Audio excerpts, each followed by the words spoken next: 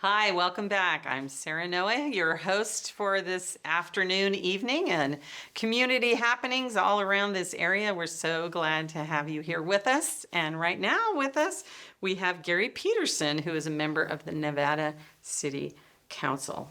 We're so glad that you're here. Happy to be here. Yeah. So Nevada City, how long have you been a resident of Nevada City? Well, that's a long story. Like good. many people, I've been in and out of Nevada City okay. for many years. First came in 1974, passing through and got interested. Came back in the late 80s and worked with a contractor friend of mine who was restoring old houses off and on.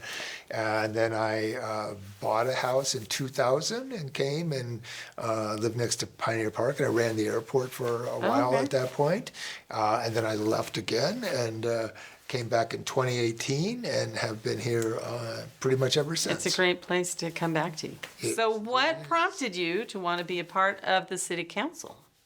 Well, I have been in local government on the other side of the dais for over 50 years, and I have a strong sense of what government is capable of, what we can and can't do, and how to make it work effectively.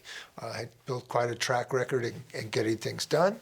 I care immensely about Nevada City, and when I came back, I was troubled by some of the issues that I had found, so I got elected in a special election in November of 2020, and took my first seat there and was just recently reelected.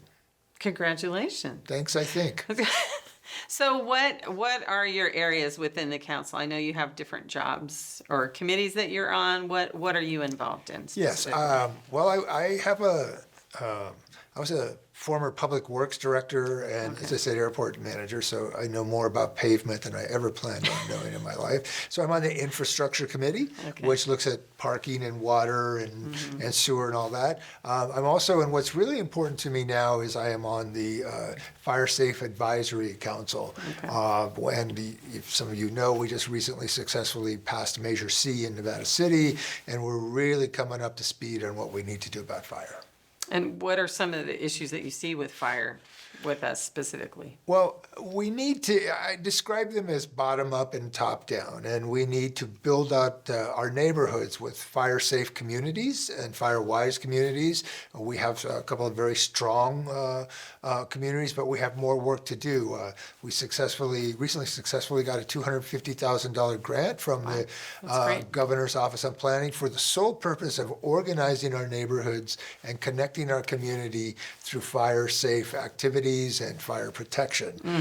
So that's the bottom up piece that we really need, because that's the social fabric. And when fire comes and hits, there's two parts of that: is what you do to deal with it and how you come back from that, which is the resiliency piece. And neighborhoods are critical to that. Then the other piece is the top down piece, where we do the plans and projects that we need in order to qualify for funding that comes from the feds down to the state, down through the counties, and to us. So engaging regionally with partners and building those partnerships, because fire, like many things like water, doesn't care about political boundaries that humans do.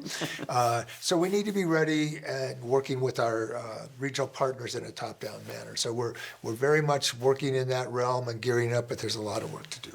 So what about the flip side, the water? What sort of issues are we dealing with water? Well, we're doing all right with water. The city has its own supply with Little Deer Creek, although each year we run out of water sometime around September, October, and use NID water like many of our communities do, and we're dependent upon that.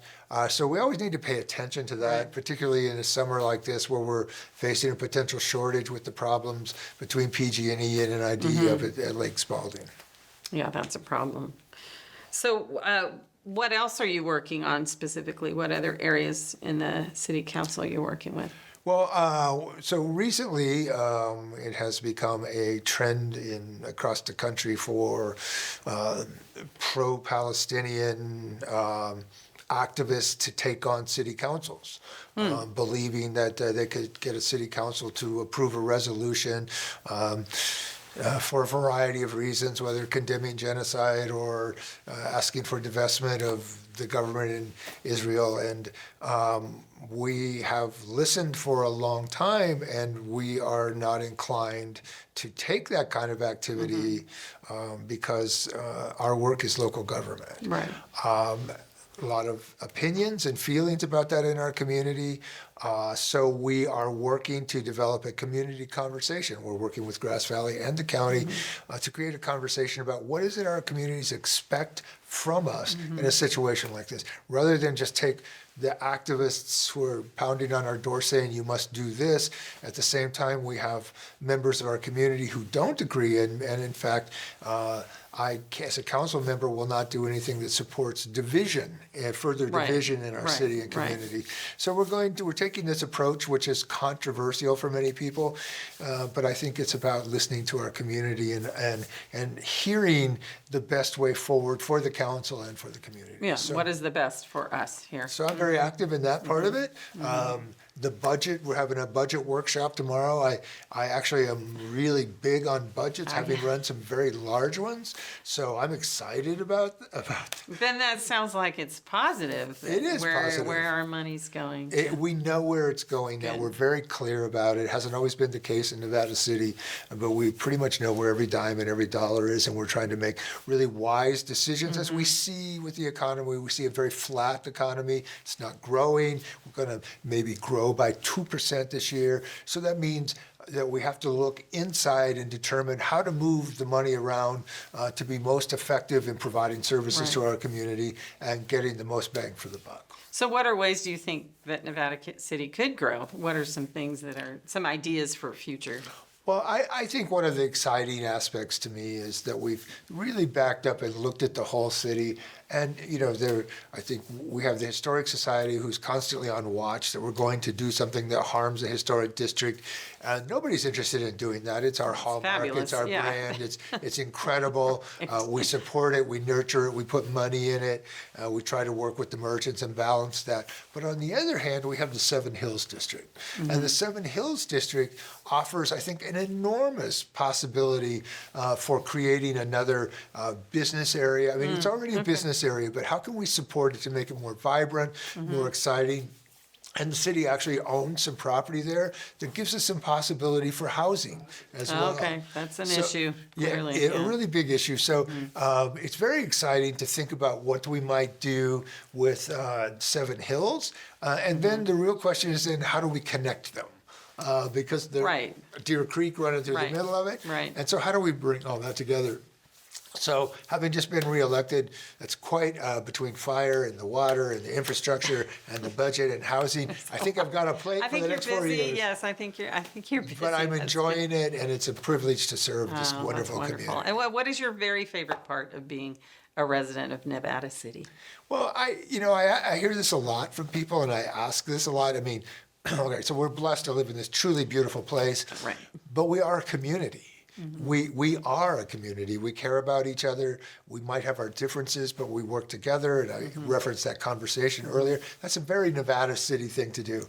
When you live in a city of activists, well, you're going to get activists on everything. But how do we hang together as a community and do the amazing work of being who we are with an artist community, with an older community, a new younger community, and bring all that together so that we are together and move in a way that supports community and who we are. Right. It's a wonderful place to be. It is. It's a very, very special place. And I think all of Absolutely. us that are here It's magical. today are supporting that fact that this is a pretty special place to be. So, Gary, we thank you so much for your service. We appreciate it very much because we need you. We need you to be advocates for us and to be making the decisions for our community and making sure that we're safe and we have water Yeah. and places to live, because that's important too. So I thank you for being here with us, and keep up the good work. Enjoy your budget meeting. Oh, I will, and thank you for the opportunity to share what I care about, and That's fantastic. I'm happy to be here. Thank you. Yeah, we appreciate you. So there is even more to come after this. So we're going to have a short break, but come back and find out more about what's going on in Nevada City and Grass Valley and regions beyond. We're looking forward to having you come back and join us. Thanks. Be proud. Be proud. Be proud. Be proud of who you are. Love is love, and that's something to celebrate all year round. Whether you're gay, lesbian, bisexual, transgender, queer, or any other identity, your love is valid and deserves to be celebrated. Pride is about more than just rainbows and parades. It's about creating a world where everyone can be themselves, no matter their gender, identity, or sexual orientation. It's about standing up for what's right and fighting for equality and justice. What does pride mean to me? It means I can love who I want to without being judged and being treated equal. To me, pride is an act of strength. The first pride was a protest, fighting for our rights. Now it is a celebration of how far we have come, but also a reminder of the work we still need to do.